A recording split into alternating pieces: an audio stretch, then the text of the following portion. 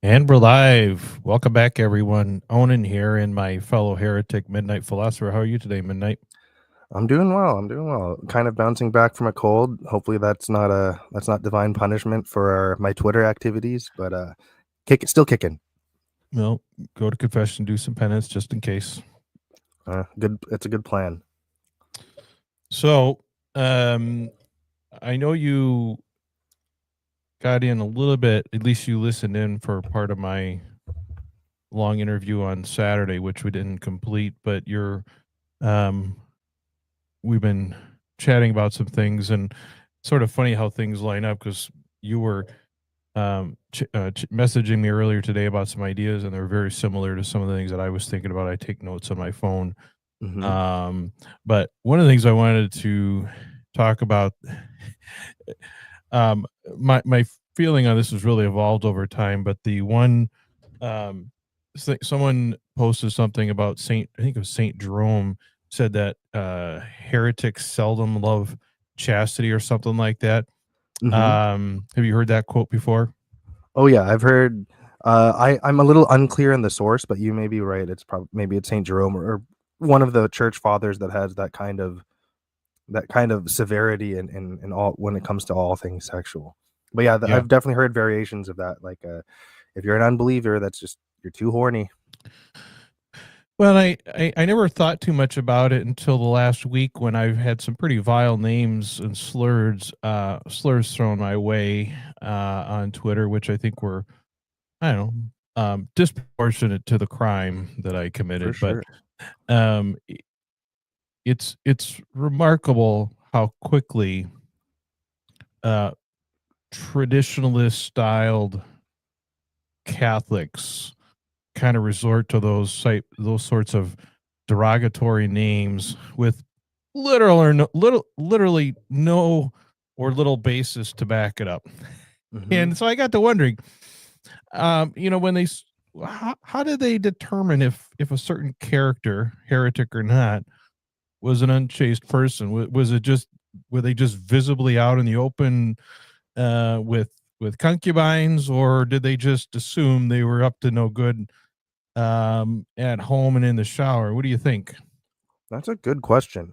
I don't know. Like on that note, like I even growing up, like some of the attacks like thrown against Martin Luther, for example, were that Yeah, I, I think he was having affairs despite being an Augustinian priest, and and I guess even thinking about well, this second thing, this example might be a legitimate one, but like Henry VIII splitting from the Catholic Church because he wasn't allowed to remarry. So I guess that's still yeah. related to sex. But I wonder if they're, sometimes the highlight on these conflicts is so much on the private life of the people concerned that maybe we ignore other issues. But yeah, I do wonder like why that seems to be the cheap shot that they go for.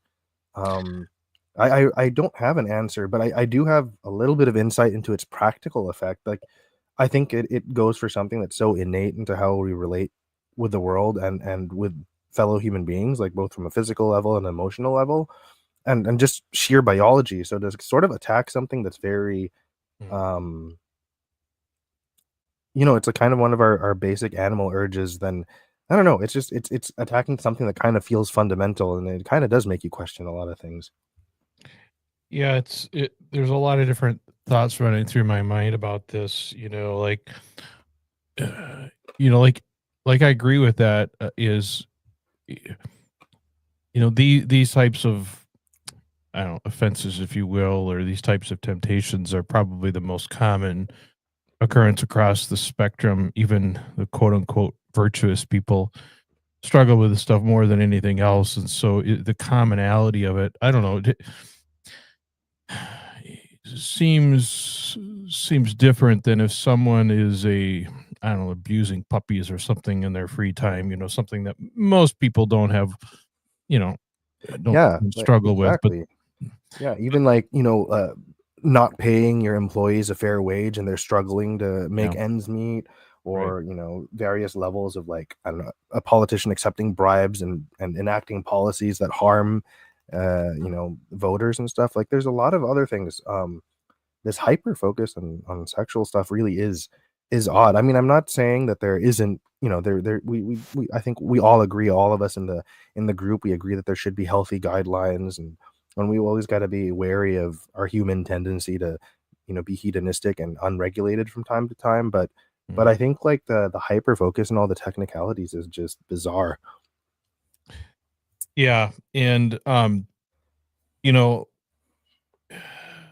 for folks that I don't say that people complain that people think about it too much, they certainly seem to think about it a lot. I know from just having been on Twitter, um, let's say in the week or so since my infamous tweet went viral, I can't even like wish someone a happy birthday on their tweet without someone posting, "Oh yeah, this is the guy that you know Hmm. advocates onanism or whatever," which isn't Yeah. really true. But there's like you just really like that's it. That's anything I say is suspect because of one tweet I said, and I sometimes wonder if that isn't what they used to do back in the day to discredit someone if they had some notorious opinion, one moment of weakness or something like that, where they was it just acceptable at that point to just discredit them or bring it up every time they try to make a point and neutralize them. I don't know. I don't Yeah. think that human nature has changed all that much over time. Yeah, it's almost like to hold a legitimate theological opinion, you either have to be completely asexual or John Farrell. you you act like those are two different things. Um, Oh, yeah. sorry, Yeah, John. you're right. No. Oh, yeah, Um, much love to you, John. You're still a brother even if we don't agree with you. he was speaking of our dear friend John, he got that guy is like he's always up for a fight about NFP. And Mhm. so I'm involved as one of three people in an ongoing exchange with him about the evils of NFP, and it's sort of fun to watch him tangle with other people. Um, Mhm. and But getting back to the topic at hand, um, the old saying that history is written by the victors. Mhm. I sometimes wonder if the same isn't sort of true when it comes to dealing with people who, after the dust all settles, are determined to have been the heretics, right?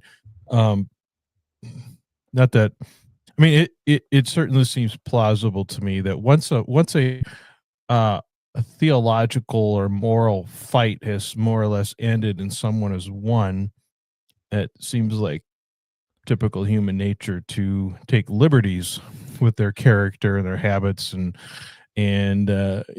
brandishing them an unchaste person or whatever, or a gooner or whatever the name Yeah. was for them, seems like a Yeah, very Gooner was the effective. big one. Yeah. Yeah, I guess so. Mhm. Uh, just like good grief, people, Mhm. it's so if I don't know what I thought what I said was fairly harmless, evokes such strong emotions across platforms, Yeah. not just Yeah. Twitter. I've apparently went off onto other Mhm. platforms like Blue Sky and whatnot. Yeah, I was tempted to get an account just to argue with some of your detractors. I haven't yet. I've exercised some restraint in that department, but I might just have to get a Blue Sky so I can join the fray. Well, I have no self restraint, so I went ahead and got a Blue Sky account for the Yeah. first time, and Mhm. and went over there, and there was a priest specifically who was having um, let's say too much fun with my tweet in drawing conclusions and making assumptions about me that I think were not super true and charitable. So I hopped Mhm. in and would say, "Hey, I'm happy to talk about it." He's like, "No, I'm not. I find you detestable or something like that." I'm like, "Hold Mhm. on." I know, it's like, Uh, these people act like they treat your opinions as if it comes from, like a 20-something-year-old yeah. guy living in his mom's basement. It's not like you've been in a 20-something-year monogamous marriage with 9 kids. You might have some experience. It's I just like if you're gonna bring it up. So like again, this is a total different platform. This is a screenshot, and I'm sure someone gave it to him, but you know, he posted it on his own feed Mhm. and said some I don't things that I wouldn't say about someone I didn't know. And then when Mhm. I show up to give, all I asked for was an opportunity to talk about it. I didn't tell him to take it down or anything. I just said, "Hey, let's talk about it." And it's silence. So that I think that speaks more about his character than mine. But I don't know. Maybe I'm just a maybe my intellect is just so darkened by sin that I can't see it. Yeah, that is the other thing too, because especially and when it comes to that, at least in my experience, I think I've been privately messaging you and PC in the chat, like just kind of stuff I've been hearing in the homily since the Triduum, and how Yeah. even during the Divine Mercy homily, I mean, I'm not saying anything was wrong theologically, but I was kind of surprised that the only mortal sins the priest well, explicitly identified had to do with sex. Like, these weren't his exact words, but essentially just porn, masturbation, and contraception. I think Mhm. we're basically, or being married, or like being civilly married and not and cohabitating, like stuff. It was pretty shocking that he didn't say anything else, especially on a Divine Mercy Sunday homily. Like, he could have diversified his list of mortal sins. Mhm. Yeah, I just thought it is kind of odd. And it seems to me that I mean, most people, especially most people that are going to church regularly, probably already know that stuff. Hmm. Whether they're following it or not, I guess is another thing. But I think for most people, this isn't particularly new information, and people that struggle with it, and probably are Hmm. going to confession and doing these things. It's not because they probably don't care about.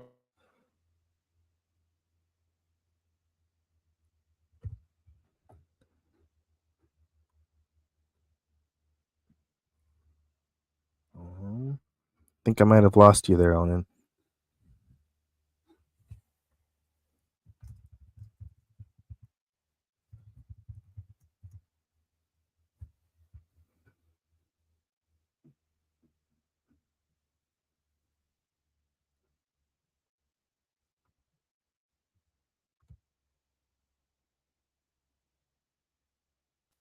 Oh, are you there? Shoot. Oh, I think you're back. Hello, Can hello. you hear? Yep, I can hear you. Can you hear me? Hello?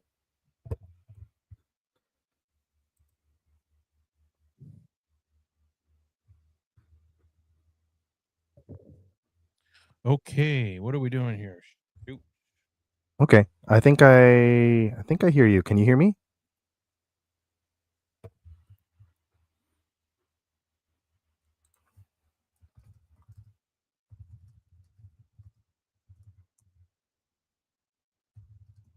Can you guys hear me? Yep, I can hear you. Okay, I can't. I can't hear anyone. That's the problem. hmm.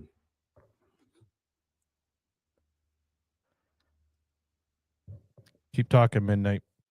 All right.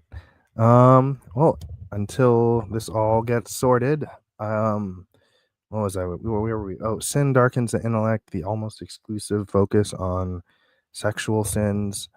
I do think that and PC, you brought up something about how a lot of these people are probably accentuating the topics that they themselves struggle with. And I can definitely see that. Um, I think one of, specifically pertaining to sexual sin, I think one of the things that I kind of wish they didn't do is I feel like a lot of people, a lot of the hardliners who comment on this stuff severely mischaracterize sexual sin. And what I mean is that they just make it a matter of pursuing empty pleasure and completely lacking self restraint. And I'm not denying there's certainly an element of that. Like, I think we can often be our own worst enemies, and we do need to exercise discipline in all areas of our lives. But I think that they really mischaracterize it, and they ignore things like looking for connection. And sometimes in weak moments we find a counterfeit for that connection, or or I don't know, experimenting or exploring something that about ourselves that we don't quite understand yet. And yeah, maybe we take unsavory paths in trying to find answers. but they flatten everything like it's just appeasing our appetites, where I think there's many layers. Um, and especially when you really when we, kind of like Onan's guest on Saturday, how he really just kept defaulting to the letter of the natural law, which I'm not saying that that's completely unhelpful. There's certainly truth in that, but it ignored a lot of emotional and psychological layers to people's sexual experiences and sexual expression. And even, you could be married 2 years or 20 years. I think, regardless of the procreative element, which I don't want to minimize, but spouses are still looking for that connection. There's a human experience and bonding, and pleasure is more of a byproduct of that rather than the thing that we seek in and of itself. Um, yeah. Let's Can see. you hear me, Midnight? Yep, I got you. Can you hear me? Yeah, I can hear you. It was apparently Okay. my headphones, not my speakers. Okay. So good thing I didn't give up any classified information in that little rant. Yeah, no worries. If you had accidentally given out your social security number, I would have just encouraged you to quit the stream. Yeah, good idea. Take a hint. Yeah. So, yeah, I mean, I don't know why it has to be this way, and if it actually, if we're just seeing how this plays out in Twitter and social media, whatever. But it seems to be nice if we didn't have to, if we could. Seems like society would be better off if we could focus on, you know, rooting out other evils in our lives and fostering virtue that helps our neighbor and things like that. Mhm. Yeah. Well, just a side note about your guest on Saturday. Yeah. I was pleasantly surprised to just it's always a nice reminder that when you actually talk to people either in person or on a video call or something, that they're always much more friendly and less combative than like those little blocks of text on Twitter make us all seem to be. So I was happy that he was pretty down for a discussion. I mean, very very technical and legalistic for sure, but at least he was reasonably friendly, I think. I don't think he called you names during that live stream, so that was good of him. I think he may have even chuckled a couple of times. I couldn't tell. He's Yeah. pretty quick on his mouth moves pretty quickly. So, um, Mhm. but that's actually been my experience. For the whatever 2.5 years that I've been doing this is, I mean, we've pretty much always had an open invitation to people to come on our show and talk about anything they want, including criticizing us, correcting us, whatever. I don't. I mean, I don't think I've never turned anyone down because I thought what they were going to say would be negative towards me. And almost every single time, we've managed to have a very polite, if not productive, conversation. Because, like you said, once you put a face and a voice to these people rather than just a online avatar and stuff, we're all for the most part just humans just trying to do our best. Mhm. Yeah, absolutely. And I know maybe some of my tweets sound pretty like exaggerated, but I was pretty serious the other day when I said that your podcast is probably the only Catholic space that honors free speech, like in an absolute sense. I guess there's that's the perks of still being a channel that's growing, and you're not looped into the demands of the apologetics industrial complex. So you have some wiggle room. You haven't sold out yet. Well, at the rate I'm going, I don't think I'll ever get to the point where it'll be lucrative enough that I have to think Yeah. about that stuff. So it otherwise, Yeah. How much would they have to pay you to be Christopher West's co-host? there isn't enough money in the world. Man of integrity here. Imagine just Craig Onan just all of a sudden being like, "Oh, bless you, mercy, mercy." Yeah, there's probably someone with, I don't know, they got a gun to my head or something like that. You'll make sure that's on camera so you can see my face, see if it's For really sure. me. If you start speaking like that on your faceless podcasts, it'll be cause for concern. Hopefully, we'll get the National Guard out there to check on your status. Yeah, I mean, I'm sure I like to think I could have a perfectly reasonable conversation with Christopher West, but I just think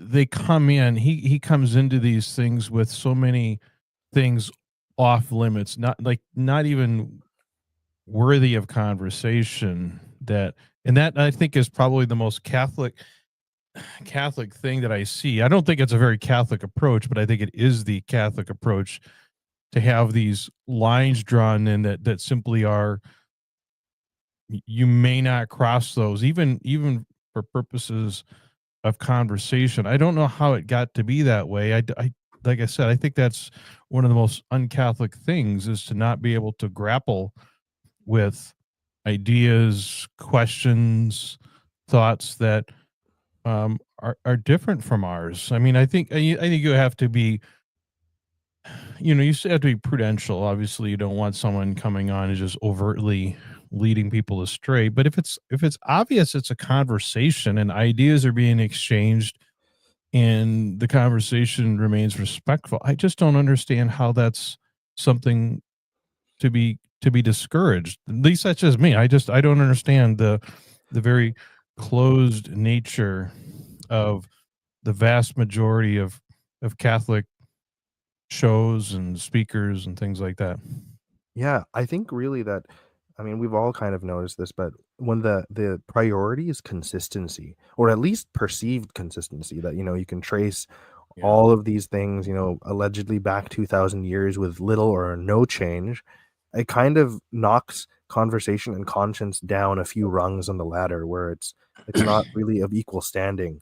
And so yeah, like freedom of conscience and freedom to have these conversations, yeah, it does sort of get shoved in some back room, because the consistency of the whole thing is sort of the idol in a way.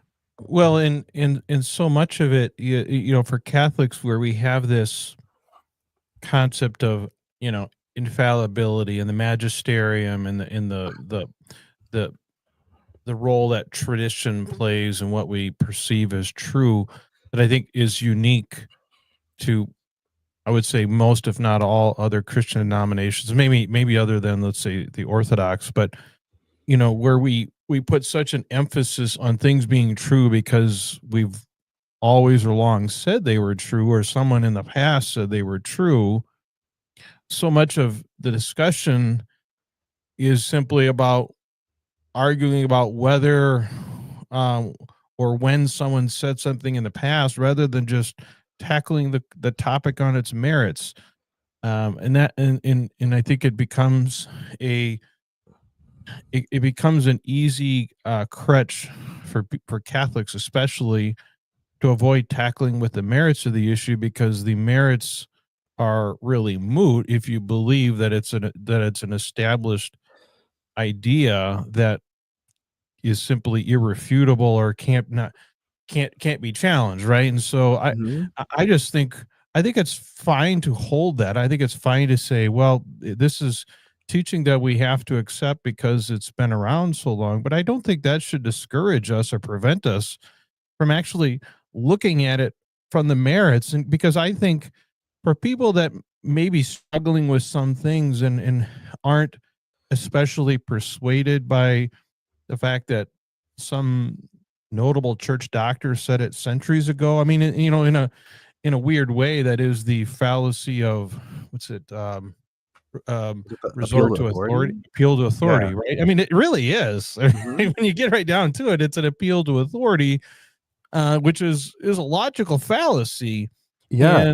And so I think it's fine to have that, but if that's all you got, that people are not really going to be persuaded by that, but might be persuaded if you could walk them through in a persuasive way why, on the merits, this is the right position to take. Yeah, for sure. That is, and I think going back to the topic that we brought up about sin darkening the intellect, I think Yeah. that could be categorized as an ad hominem fallacy. Because another way to say it is, you can't think because you're a sinner. Yeah. Which is like, if you reword it, it's not very different from a personal attack. And especially when it comes to matters regarding marriage and sex and reproduction, that becomes very difficult to have a conversation with these folks, because the moment you're not like lockstep with either, depending on who you're talking to, where you're not lockstep with either the John Farrells or the Father Chad Rippergers or Christopher Wests. Mhm. The moment you step out of line, you've already sort of, in their eyes, you've shot yourself in the foot. You're just burdened with so much concupiscence. You're the one who can't have a conversation about these things. And it's sort of, it neuters the conversation before we can even have it, because they just assume, oh, these guys can't think straight. Yeah, and maybe they're right. It's hard for me to disprove Hmm. that sin, and we're all sinners. Like I'm not here. I'll never get up and say I'm not a sinner. Yeah, 100%. But I can't. Like, you don't know what you don't know. So yeah, I don't know in an alternative reality how my mind works if I didn't commit the sins that I commit. Hmm. But I don't know. At the same time, I can solve a math problem just fine, regardless of whether I need to go to confession or not, right? It doesn't have it. Whether I need to go to confession or not doesn't impair my ability to read a book and understand it, read the newspaper, drive a car, design a house. Hmm. I can do all the things that require my intellect, and as far as I can Hmm. tell, it works just as fine either way. So why do we assume that sin impacts one's ability to reason and exercise your intellect? I never will totally understand why they contend that and how it actually works, because like I said, it's impossible to disprove, and I think it's impossible to be self-aware to know whether your intellect is impacted and to what degree. And I don't know that's even possible for humans to be able to process. Yeah, for sure. I mean, if I had to throw them a bone, the place where that might be very clear is if you are struggling with like some kind of addiction, be it alcohol or drugs, where Yeah. you are doing something that's clearly harmful, and it is quite literally impacting brain function. And then even maybe if you're kind of a you know, what's the word? Like a Don Juan, and you're sleeping around and you're just so attached to your various hookups that you're not really thinking about what you could actually do with your life, and you have these unhealthy attachments. I can understand if you're really living like, something even beyond like the prodigal son lifestyle. But I think for most average people, especially if you're really just trying to live married life, and you're trying to make things work with your long-term partner, your spouse, I don't quite think that that's a fair argument that, you're juggling a lot of the practical concerns day to day of running a household and still maintaining your connection and making sure your marriage is healthy. And just because you color outside the lines, I think that's kind of really unfair to say that your intellect is darkened. When I don't, and I maybe I misunderstand a little bit what they mean by intellect, but certainly your will. Hmm. I think I weigh about 30 pounds more than I would like to, and I've successfully lost the 30 pounds in the past, and I put it back on, and like the fact that I at this right season of my life really have been lacking the self discipline to eat what I'm supposed to eat and avoid the things I'm not supposed to eat. My will is certainly impacted by that, but intellectually, I understand what I'm doing. I understand what I'm doing wrong. Like, none of that's been impacted. It's not like suddenly my mind thinks, well, it's okay to have that, piece of cake or extra piece of cake or whatever. Like, the mind's working just fine. The will is the part that's failing here. And, Yeah, and that's a so, that's a good point. No, that's and, a really good distinction between, like, our ability to self-regulate versus to actually think through things. mhm. Yeah, I definitely have my share of vices, whether it's, occasionally sugar binging on soda and candy, or other such things. I definitely share that, or even like, you know, if I, 1 week or 2 weeks, if I fall out of my gym routine, Mhm. I'd rather just take a nap rather than hit the gym. So I totally feel that. But when it does come to these marriage things, I think, when I mean, really, what is the problem? You just want to you they're very practical concerns, and you just want to be with your beloved. Like, where's the harm in that? Well, and I think that you're not allowed to talk about um the impact of, let's say, following the rules or being chased under their standards. Um I I I, th- I think they think that because this is how you're supposed to live, if you live this way, it will necessarily make you a better person and make your marriage better. This is actually one of the um, things that I had going back and forth with my Saturday's guest on Twitter. Is he kept contending that like we're talking about other acts. Now Mhm. he really rejected the idea that implementing other acts could make your marriage better, and by sort of by definition, it must make your marriage worse. And I was like, well, I don't know that that's actually true. I mean, I think there's a lot of anecdotal evidence to suggest that it's not true in that abstinence, especially if it's prolonged, is detrimental to the marriage and the person and people's patience and your ability to be, the father you need to be or the mother you need to be when your kid does something that requires discipline or whatever. Now, and I'm okay if they want to say, yeah, but those are things that um, you have to tolerate or whatever. But they don't even seem to acknowledge that there could be negative consequences to doing what you're supposed to do or avoiding the things that you're supposed to avoid. I think I mean, it very well could be that the only negative impact to you or to your marriage is after death. Mhm. But I don't think you get to just assume, or that you don't have the burden to actually prove that marriage is made worse if people do one or more of these things that they contend are obviously sinful. I think is, again, I think it's one of those things where we're not allowed to even talk about it because we're not allowed to entertain the possibility that something that is sinful isn't sinful when it's been declared intrinsically evil, et cetera, et cetera. So the conversation just can't even occur because it could lead to the um, implication that it's okay to do this because it actually improves things rather than making them worse. Yeah, absolutely. I think that I wanna, latch on to a couple things you just mentioned. I think the consequences being in the afterlife is, I'm not denying that. I'm not an afterlife denialist, and clearly that's part of our tradition. Jesus clearly talks about heaven or hell, and so those are absolutely things of consideration for us Catholics.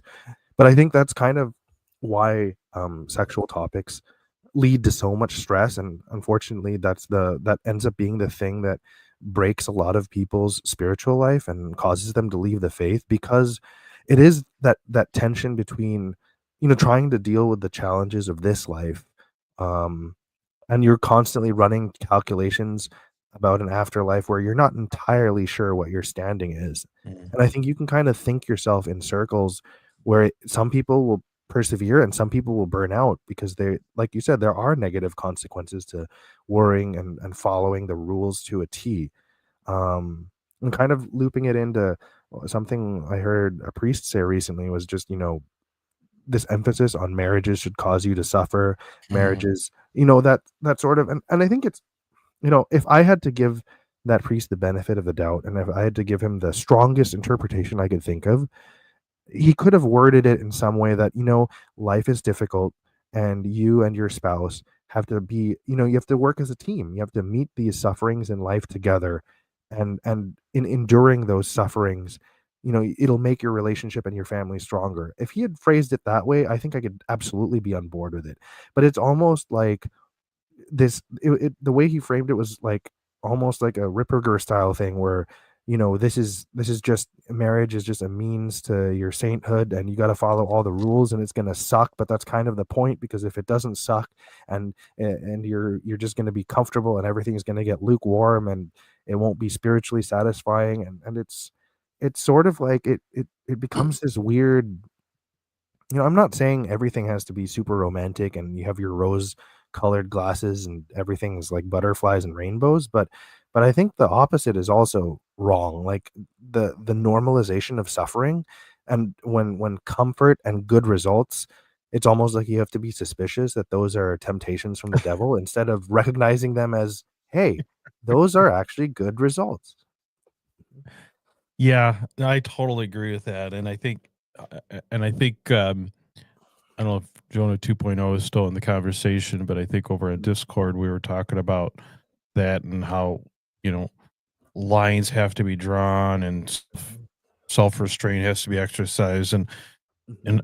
I've said this before, but I want to emphasize it here.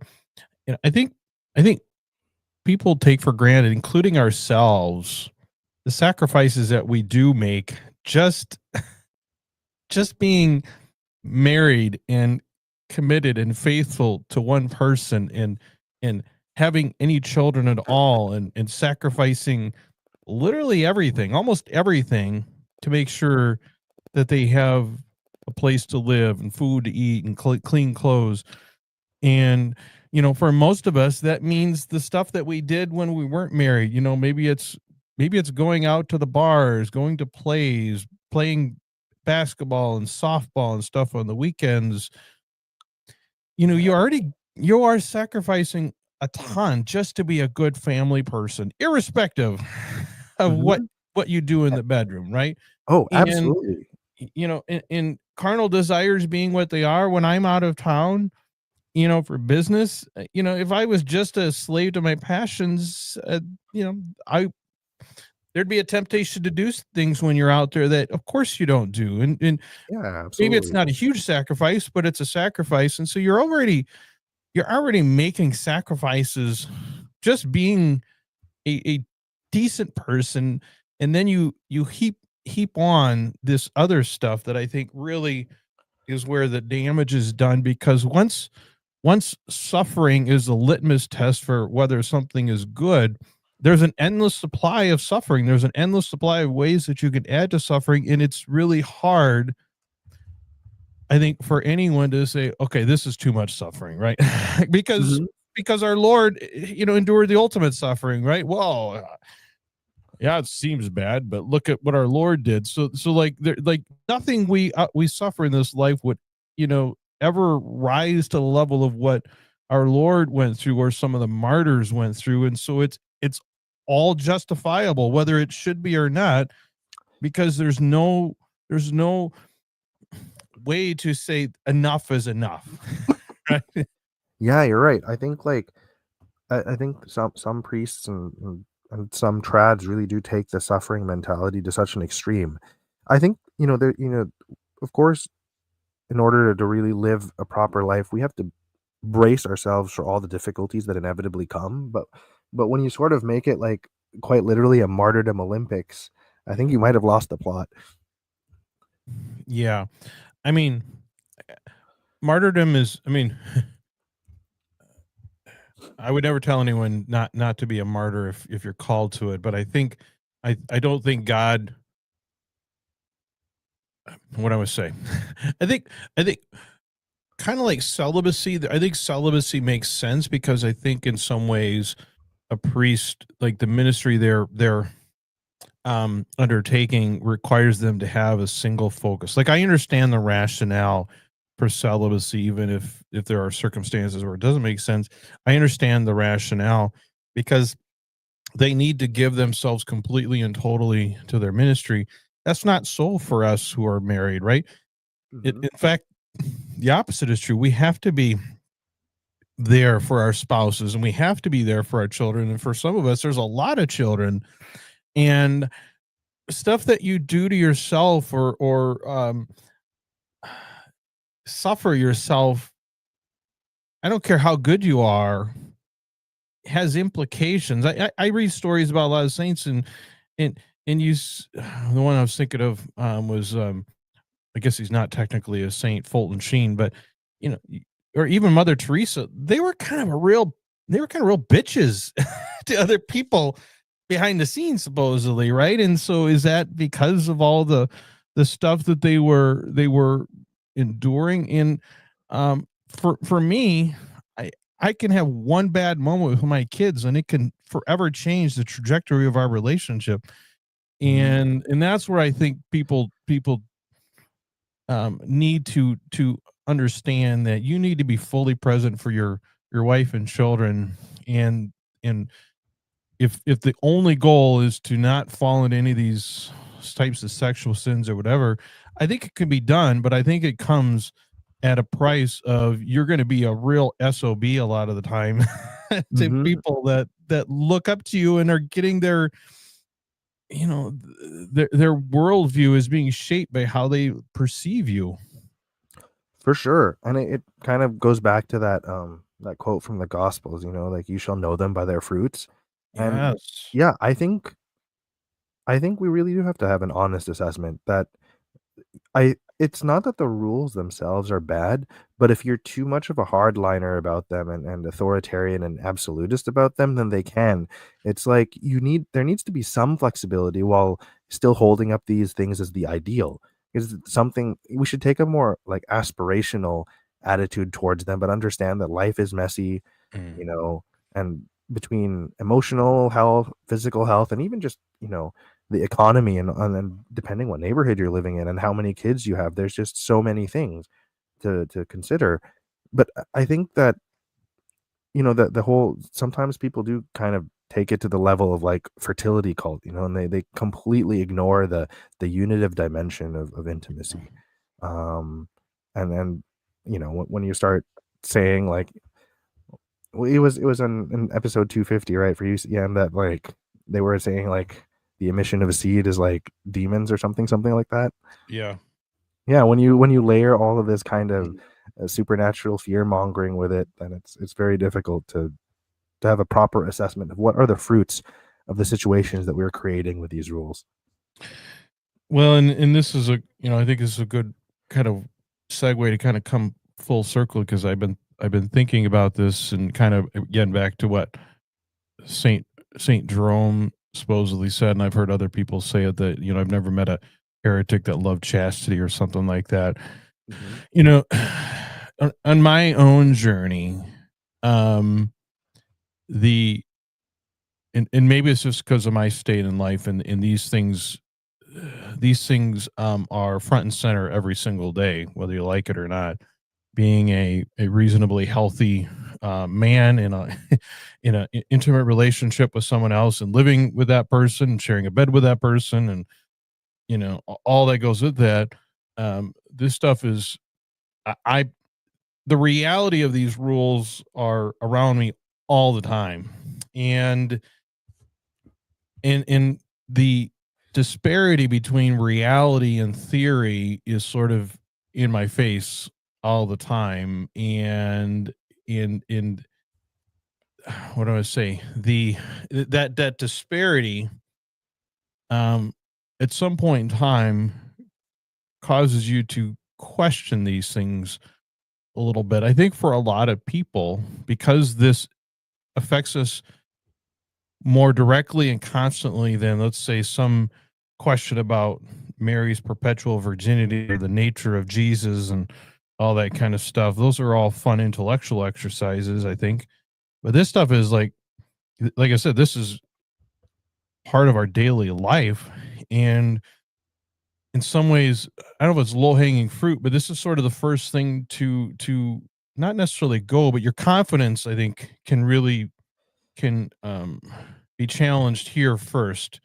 And I sometimes wonder if that isn't why they view heretics, because you know I think I understand now why people start to call into question some of these things that maybe they don't call into question elsewhere. And maybe this is the first, let's say, the first domino that falls, and then people say, well, what, okay, I have serious questions about this. What other things should I be questioning now? And maybe it starts here because I think, again, I don't think there's any other area of our faith where there's such a common conflict or disparity between reality and theory as these things. And for a lot of people, that kind of opens the door or cracks the armor, if you will.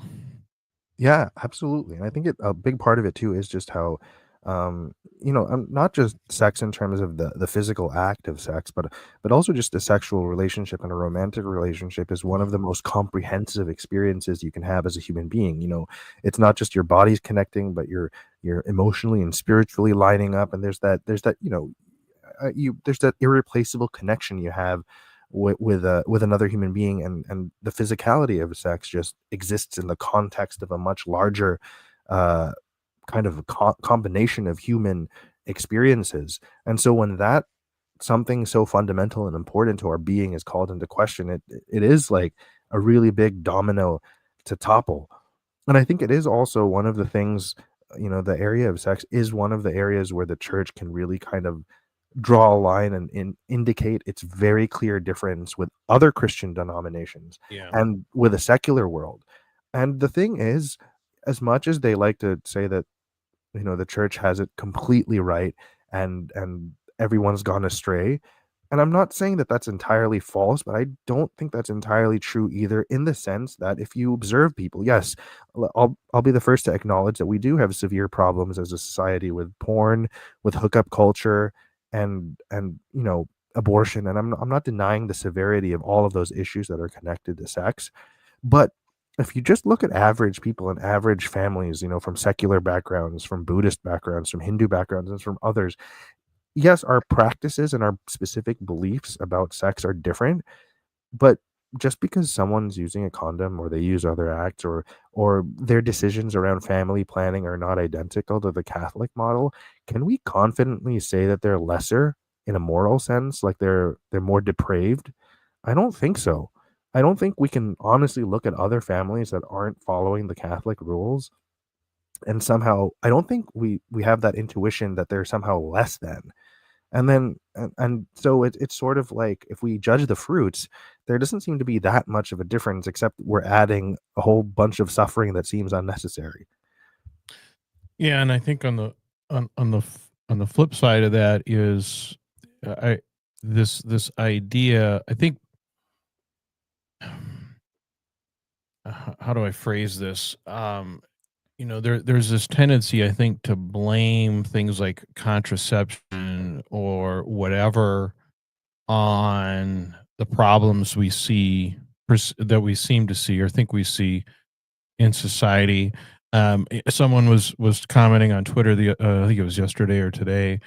He had gone to his first uh, traditional Latin mass, and he noted how it was full of kids.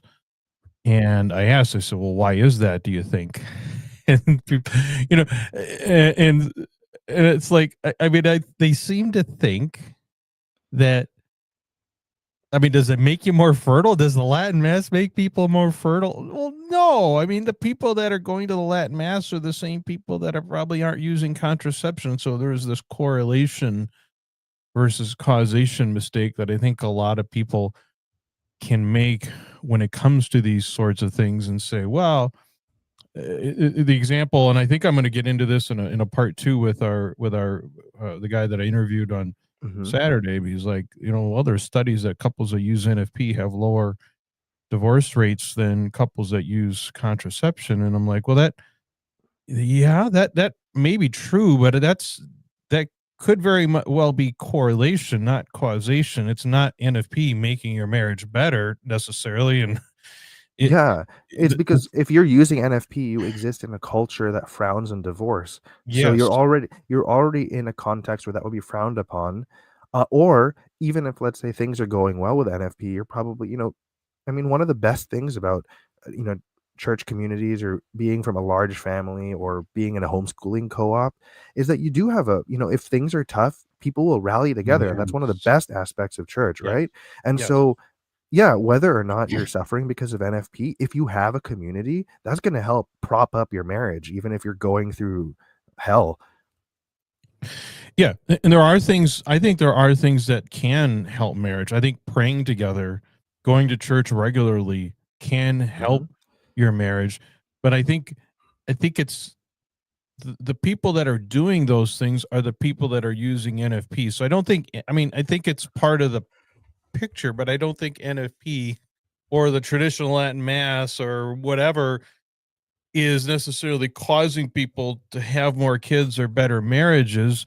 I mean, maybe. I mean, I don't want to discount it at all. I mean, and I think you're absolutely right about the value of community. I mean, Hmm. I think for a lot of people that is a big thing. If you're kind of lonely, if you don't have family or friends nearby, it can be really hard to have a big family, right? I mean, it Oh can be yeah, hard to have two absolutely. or three kids, Hmm. especially if you don't have parents and grandparents and other, friends and family nearby to help you. It can be extremely difficult financially, emotionally, mentally. I remember I remember a family that reached out to us probably a year ago, and they were, I think, I don't want to say where they were from, but they had a special needs child, I think badly autistic, and had no family around, and they were just, I mean, there really wasn't time for intimacy or NFP because they were just so spent trying to take care of this family, especially this one child, that if you don't have that, I it's no wonder that marriage is strained. And so I think we just have to be humble enough to kind of look at the bigger picture here. And I do think there are benefits to NFP. I do.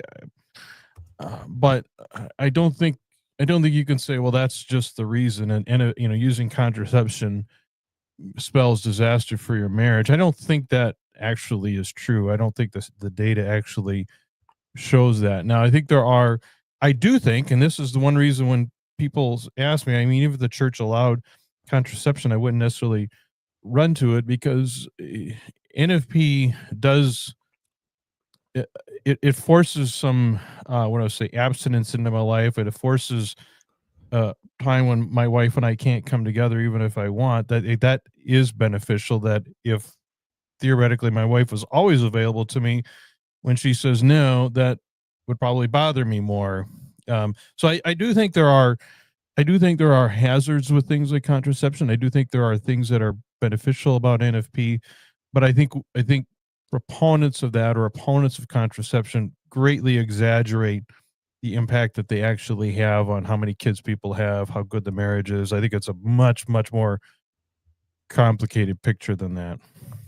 I agree. I mean, I don't quite have your level of experience with marriage and intimacy, but what I can really appreciate about what I understand about NFP is it creates a situation where you have to communicate very clearly about all of the details of your marriage and intimacy, and to understand each other's bodies is sometimes it's something that can get lost in the rush of a relationship, or the rush to take care of practical things. So I think forcing you to create a space for communication is huge. And then I think, like you said, like if you do have periods of abstinence, you can also build up other areas of your connection as a husband and wife.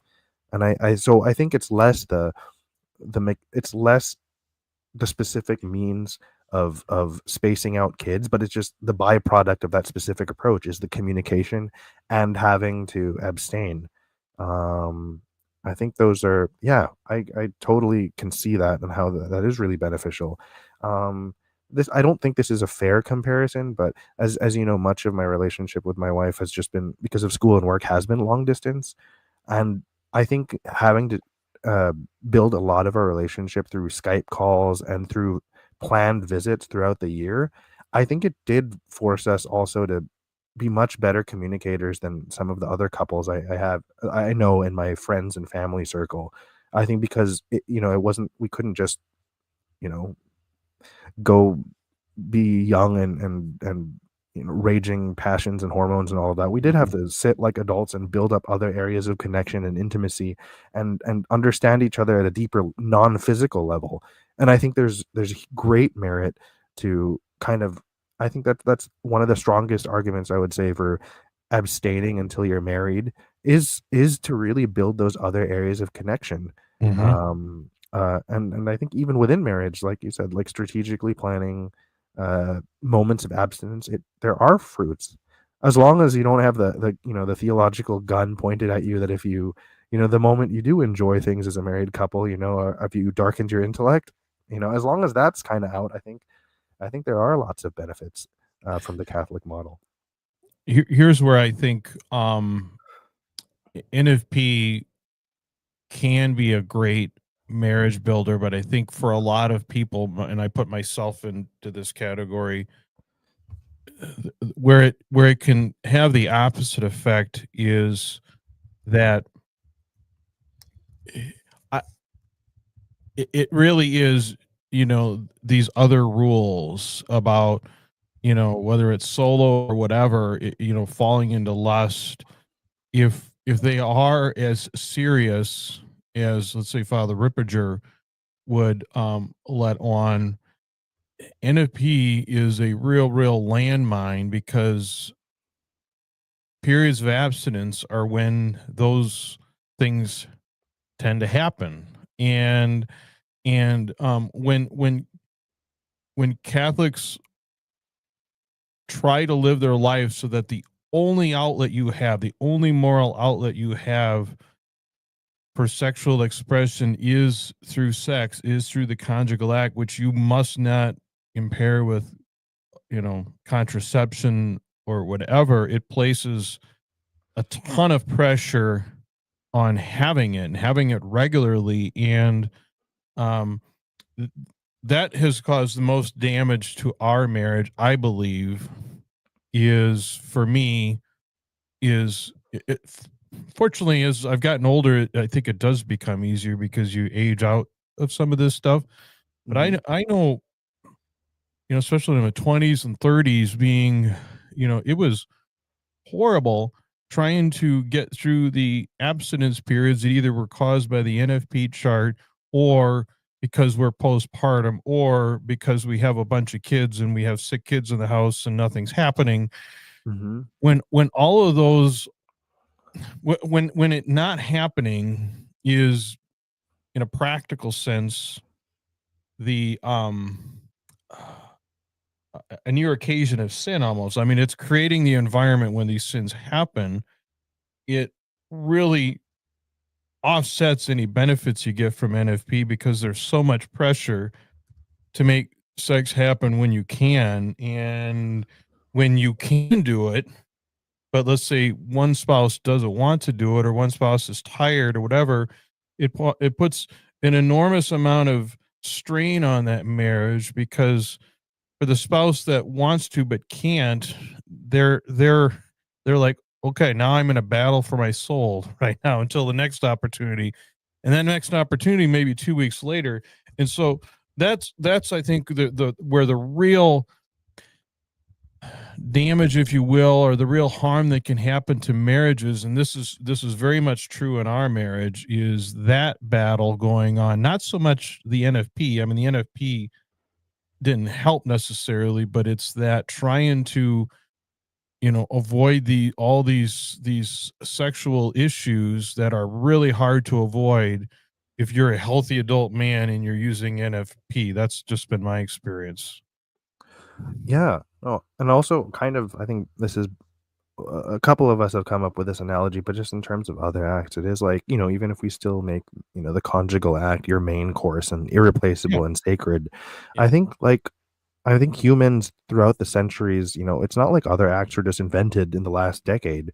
I right. mean, I think we've had all of these intimate side dishes for centuries and centuries because it's just a part of human expression. And I think I think there still is very much that Augustinian intuition in Catholicism of sex is somehow dirty, and Mhm. it's something to be tolerated. So anytime you want it for reasons other than procreation, I don't think that we've entirely outgrown that kind of ick factor as a church.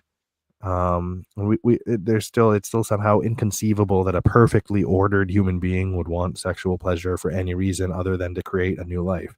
And I think we still haven't come to terms with Yeah. that. Yeah. I want to put Jonah 2.0's comment up here because I sort of this is the problem with theology of the body is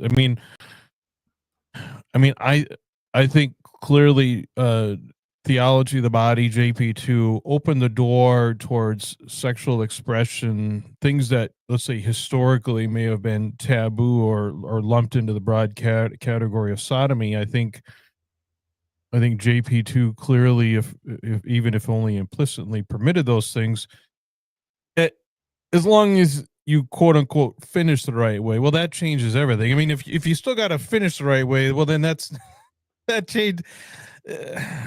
Thanks, but no thanks, right? I mean, that Yeah. doesn't really help Yeah, most. you sort of haven't changed the main part. You've just changed like the precursors to it. Yeah, yeah. I mean, it's. I guess it's better than. I guess it's better than nothing, but it doesn't change the underlying dynamic, which is if you can only finish the act or whatever, experience the pleasure associated with an uninhibited conjugal act, you're back to square one again, and again, it puts pressure on especially women. There was a comment earlier. I want to see if I can find it and put it up here. So the question is, do you think women's enjoyment is also prioritized in this NFP model? Now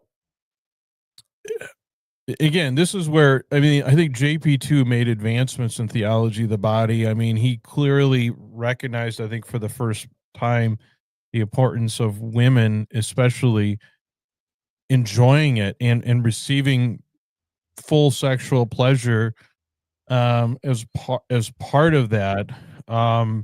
Whereas I think in the past, whether it was not allowed I mean, it wasn't either recognized or was or expressly forbidden if it, like I said, fell into the category of sodomy or whatever type things, depending on how it's happening.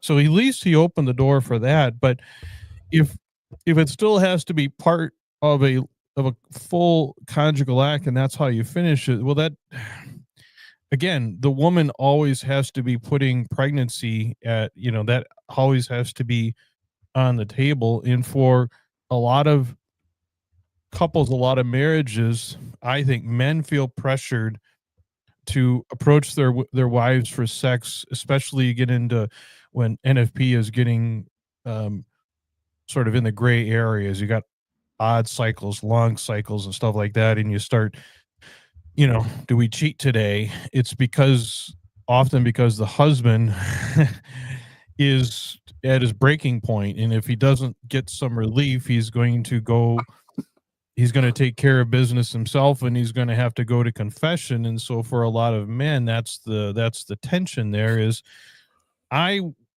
don't want to put my wife in a position where she has to get pregnant, but I also don't want to potentially go to hell. So what am I supposed to do here? And that's the real level of difficulty that this structure, even with the improvements of JP2 and theology of body, puts on marriages. And I think for women, if I mean, the truth is that most women don't really think much about sex or don't enjoy it as much unless they're ovulating. Well, and if you have to have sex, you have to complete the act that way. Well, NFP doesn't get you anywhere unless you're willing to be pregnant all the time. Yeah, absolutely. And that is one of the things, like, to sort of again give credit to the church. I think the respect for um, procreation is something that I sometimes do feel that is neglected in secular society. I don't want to make broad generalizations because I think, as I've frequently shared with the group, I still keep seeing people announcing that they're having babies after I sort of misjudged them in the past as, oh, they just want to have a good life and not have kids, and they're just enjoying. But so many people still settle down and have families. Mhm. So Yes. I don't want to make the generalization that secular society just doesn't care about procreation. I'm you know I'm totally I will throw the church a bone that there's a valid criticism about, hedonism, or how Hollywood culture has had a negative impact on how we treat sex in society, broadly speaking, and how, I think we don't have society. Maybe society doesn't have enough reverence for monogamy. I certainly am willing to accept that those criticisms are valid, but I do think that where society is correct, even if they sometimes push it too far, is that they do appreciate the pleasure shared between partners. And Mhm. they do appreciate that there's a certain amount of learning and technique to really please each other, and it's intimate connection. I think I think it's really only with JP2 and the emphasis on the unitive. I feel like before that there really wasn't enough of an appreciation for just how much of that unitive isn't just the physical components happening, but just all the little details and how you uh, are affectionate with each other in your intimate moments. And I think so, like secular society and secular science and sex coaches and all of that, I think they do a much better job of talking about understanding gender dynamics and intimacy. And I think that so much of that gets lost in the Christopher West model, even though it's better than the Ripperger model. Yeah, I mean, as long as and I'll put this comment up, as long as any sexual act, sexual pleasure has to involve the conjugal act, uninhibited by contraception or whatever, as long as that's the case, the idea of women getting an equal shake at pleasure and enjoyment is really in theory only, because you know if you can't, if you need to not get pregnant, the wife is giving up that one period during the month when she's most likely going to enjoy it the easiest and the most and want it the most. I mean, that's the most, probably the most common complaint of NFP for women is when it's being used, they are not enjoying any sexual pleasure during the time of the month when their body actually wants that.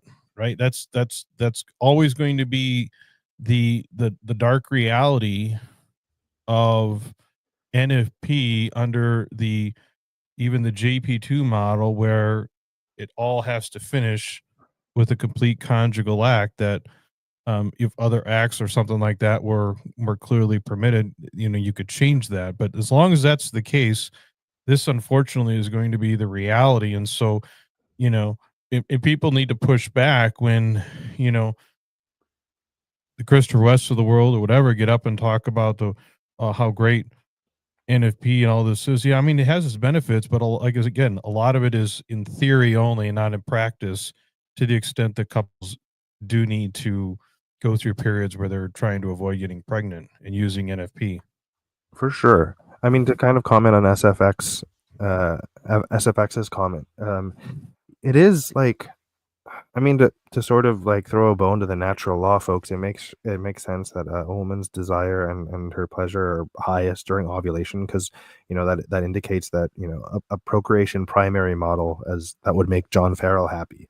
But I think the Mhm. thing we do contend with as human beings is that that that desire, yes, it occurs at a physical level, but it's also there's an emotional component to it, like wanting to be close with your life partner. And I think that that tension between, we can't deny that sex has to do with procreation, but our desires and ability or readiness to procreate, or even not readiness, but just for health reasons or economic reasons, like that misalignment. And it's either we pathologize that desire and it's sinful, it's concupiscent, or we take a healthier approach that's just part of human nature, and we sort of need to make prudential judgments about how much new life we can bring in and reasonably support. Because as it stands now, there's still kind of a skepticism or a pathologizing of just human desire. Yeah. Yeah. I want to address Jonah's comment here. Jonah says NFP makes women frigid. Just go with providentialism. But see, that's actually not right. That you're actually wrong. I think, Jonah. It's it's not NFP that's the problem. It's NFP. It's really the rules that say the couple can't do other things when she's fertile or whatever, that make women frigid. Or the other big thing, and you and I both have this in our marriages, is our wives getting pregnant a lot. It's really hard. You know, we have not had too many surprise pregnancies. We've had a couple, but you know, when you associate sex with being pregnant all the time, especially if you've been surprised, so to speak, that leaves a mark, right? That is going to make some women, maybe a lot of women, not super excited to jump into bed when, you know, especially let's say times we've gotten pregnant is specifically because the wife gave in and said yes because she was at during her ovulation when she wants it the most and the desire is the strongest. She's going to not trust her desire because in the past when she's had the most desire is when she's got pregnant and had to go through all that. That I think is what creates frigidity. I I don't understand how providentialism is going to make women less frigid than NFP. Like that's just that doesn't make sense. Like you got to stop blaming NFP for problems that are not created by NFP or problems that are more of a symptom of your dynamic than they are NFP. I think you're using NFP as a crutch rather than coming to grips with things that you could actually change in your marriage. And I say that as someone who's had to make some changes in my marriage and how I approached my wife because it wasn't really NFP's fault. Mhm. Yeah, this Yeah. is right. Yeah, I mean that's Mhm. the problem is for women. There's a reason why I think women understandably don't enjoy NFP. Now I'll say, you know, my wife's we've had 9 kids. We've like I said, we've only had a couple that I would say were true oopses. Not in the sense that I mean, we knew we were playing with fire, but it was like low risk, right? Like we're Mhm.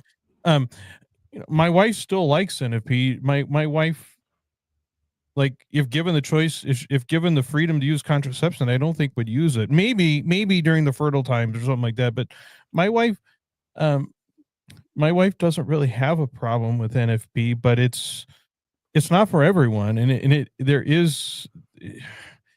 I think NFP certainly does impact women more than men on the side of like the emotional um pleasure side of things, fulfillment. I think NFP negatively affects men more on the moral side of things, just because men are far more likely to slip into one of um, the things that show up on your examination of conscience than Yeah, women. That's exactly. the difference. Yeah, and it's always like I think it's fair to call it abusive when some priests will tell women it's their job to appease their husband's sexual Yeah. needs or else they fall into mortal sin. That is I think that is a kind of spiritual abuse against women when they are turned into sort of like the last the last line of defense It, or else their husband's in mortal sin. It's just I think you it's an unsustainable system.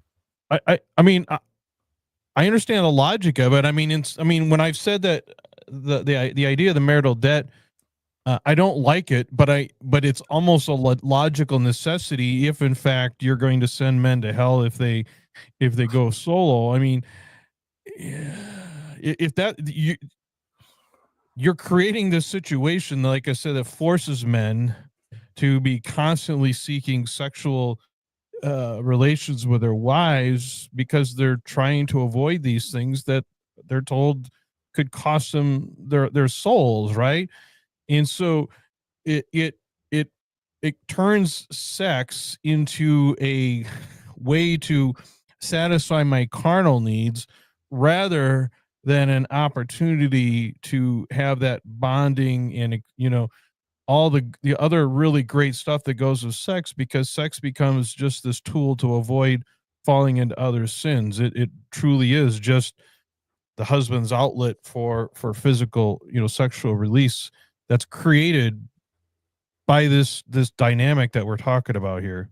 Yeah, I think that that phrase of like remedy for concupiscence, right? You have Mhm. a morally acceptable outlet, and yeah, it is kind of a there's something pretty grim about it that yeah, that's just tough. It is kind of a dead end, and I think it absolutely explains why a lot of people have either difficulty staying in the church, or as I think there have been even some people that have connected with your network that that might be the one topic that's preventing them from fully committing to joining the church, or they join the church as new members and they're surprised that this is not Yeah. part of what they had signed up for, you know? I got I got a couple messages just the last few days that are more or less like that. Yeah. And I think the one person is not Catholic, but thinking about becoming Catholic, but this is the stumbling block for them. Here's the problem: is that for I would say a lot of trads, a lot of conservatives, there's there's they identify with the fact that we're not like everyone else. We're special. We're not like all those Protestants and stuff because they let all this sexual stuff go. We're different. We're better because we have these rules. And yeah, we are. But for some people, it's a badge of honor, I guess. It's their identity. But we are very different, right? And it is, and there's a reason why I think most other faiths have abandoned a lot of these things. Now, I think they've taken it too far, and I think there is some legitimacy to the fear of opening up the can of worms, and you have this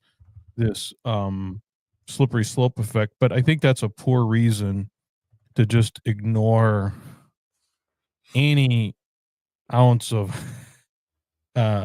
compassion or empathy or freedom, something, because as it is, most marriages don't thrive, I don't think, or at least don't thrive as well as they could under the current structure, even with the improvements of theology of the body. Yeah, I think you're right. I mean, it was opening the door to a better direction, and for sure we need lots more conversations if people weren't a bunch of cowards and would actually have these conversations. Mm-hmm. It, I see people are. This isn't just pregnancy, Jonah. I mean, it's not. Quite frankly, my wife routinely tells me there's lots of things. The one that I think is most crazy is my wife insists that she would rather give birth than have a COVID nasal swab. Like the idea of sticking that thing down her nose just is so traumatizing for her that she would rather endure childbirth, which I think is crazy. But it's not just, I mean, pregnancy. My wife actually always enjoyed pregnancy. Childbirth is obviously difficult, but it's the it's the lifetime of worrying about these kids. I mean, women, Jonah, your wife thinks about your kids all the time. You and I, we go to work, we probably don't even hardly think about them, but women are not that way. My wife thinks about our oldest son, who's a soldier in the military, all the time.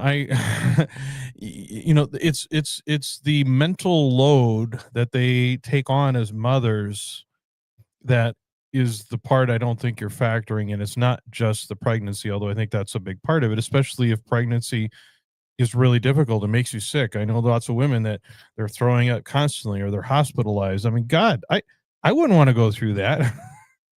So, but it's just taken for granted. It's, oh yeah, no big deal. This you need to go through that so I don't slip into to taking care of business myself, because I mean, that's the absurd.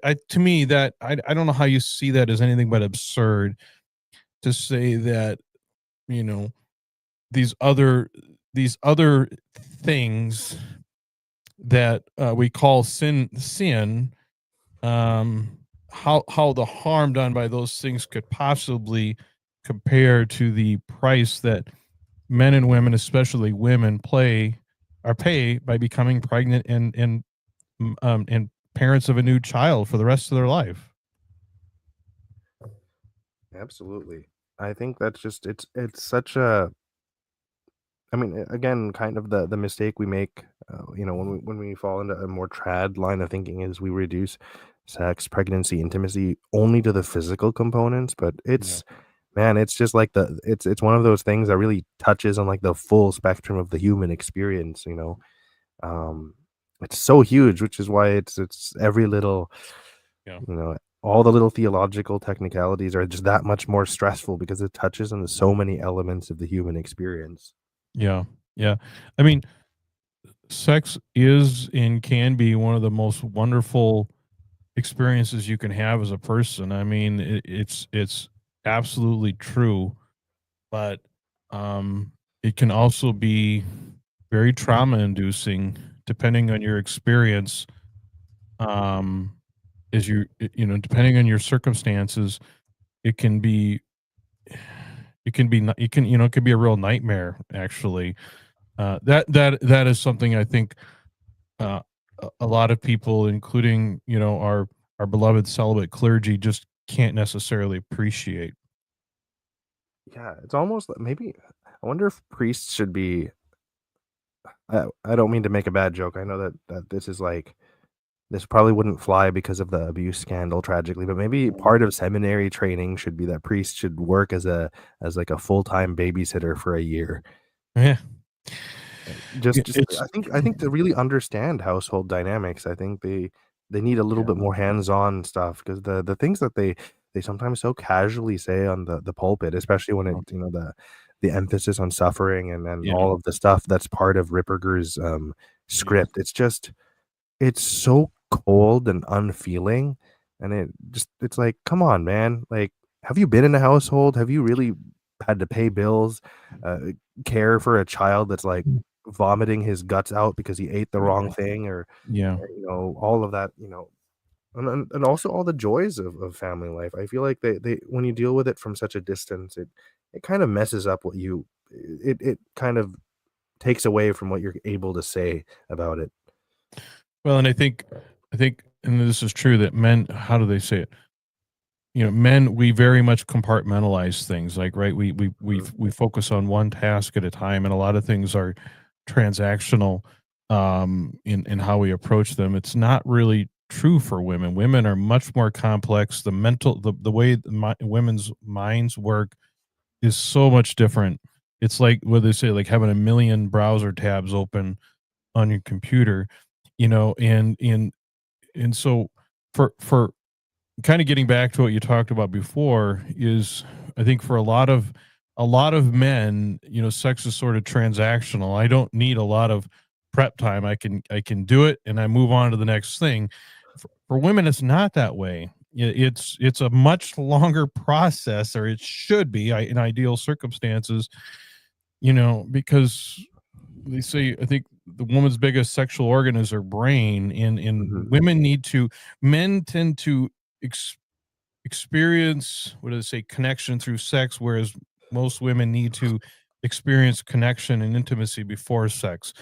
And that's where a house full of children running around and can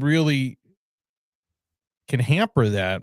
And that's the problem, is that for most women, sex is not this transactional chore or whatever I mean, it shouldn't be that way. I think in some trad households that's probably the way it is, but I don't think that's a healthy way to do it. I think women deserve to have their own unique um, needs and wants um, taken into account in the kind of the transactional approach that traditional Catholic men, including celibates, take. I don't think recognizes that, and I think it's a explanation for a lot of the problems we have.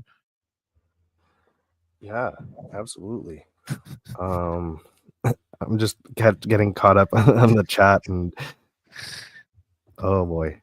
There's the door, Jonah. I mean, Homie, uh, you got some self-control, right? I think being nice to a lady is probably easier than abstinence, right? that's right. Uh, yeah, I mean, I really do appreciate the diversity. Diversity is a good thing, Jonah.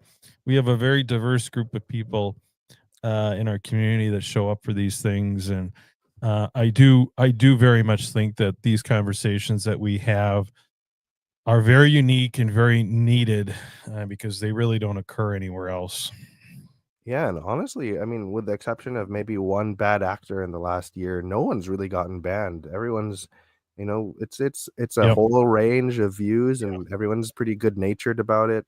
Yep. Um, Yep. so yeah, I mean, I think you'd really have to work hard to get banned. Yeah. Yep. That's not a dare either, um, but yeah, I mean, if you can just, people can have their opinions. We can disagree a lot, but if you can treat each other with a decent amount of empathy and respect, especially empathy, and just acknowledge, understand that other people just have very different experiences, and that it's okay. I think we could make a big difference in the environment and culture of the church and our country and our world, whatever. Mhm. So, Indulge in that. um, speaking, I speaking of kids, I have to be wrapping this up. Any parting words, Midnight, or anyone else in the audience? I'll give you a couple minutes here, and then I'm going to go ahead and wrap us up for Sure. this week. Just as a little nod to our trad friends, don't be a gooner. Yeah, right. Yeah. But really, it's just I think I think it's really valuable to have, these discussions, and thanks for always having me Mm, on these this Monday series. It's nice to think out loud about these things. Definitely yeah. therapeutic, and clearly, Mhm. like, the chat is loving it, and we get so many good insights from people in the community. Yeah, and honestly, if I hope people like some of your opponents on Twitter start watching this, and they get a sense of, well, Mhm. the full context for your more controversial ideas, but also they get Yeah. a taste of what it's like to actually embrace free speech. And no Yeah. one's here saying, none of us are saying we're infallible, and Mhm. we're not saying we're experts in theology or we have the most sparkling intellects ever, but Right. we try to be honest. We try to have these discussions in good faith, Yeah. and rather than attack good old Onan here on Twitter, why don't you just have a conversation? He's much nicer in person. Well, don't let that get He around. doesn't I don't bite. want to. I don't want to soil my Twitter That reputation. But that's true. um, That's true. You got to be tough guy. You got to be like the Tim Gordon of other acts. that's right. That's right. So for anyone who's interested in, if you're not in the you're not in the Discord and you like to get in the Discord, the easiest way, either go on one of the social media channels and DM me, or send me an email, Craig at unchartedcatholicman.com. That's Craig at unchartedcatholicman.com. It's usually in the descriptions as well. But if you send me a message, I'll vet you to make sure you're not Tim Gordon or something like that, and then I'll invite you into the Discord. We have a couple of them. We have one for this channel, and then we have one on the UCM side of things, depending on what your flavor is. But yeah, I'd love to have people into the Discord. It's a great place, and yeah, so maybe we'll do this again next week, huh? Yeah, for sure. I think Twitter and Christopher West just give us a whole buffet of topics. I don't think we'll run out of things to talk about. I think that's right. I think that's for sure. So, well, thank you, Midnight. I always enjoy these conversations. Thank you, everyone who showed up in the chat. Even you, Jonah 2.0. I always appreciate you guys showing up and engaging and keeping the conversation going. So, yeah, with that, I think we're going to let everyone go. So, thank you, Midnight, and until Yeah, next time, thank you, everyone. Onan. Have a good one.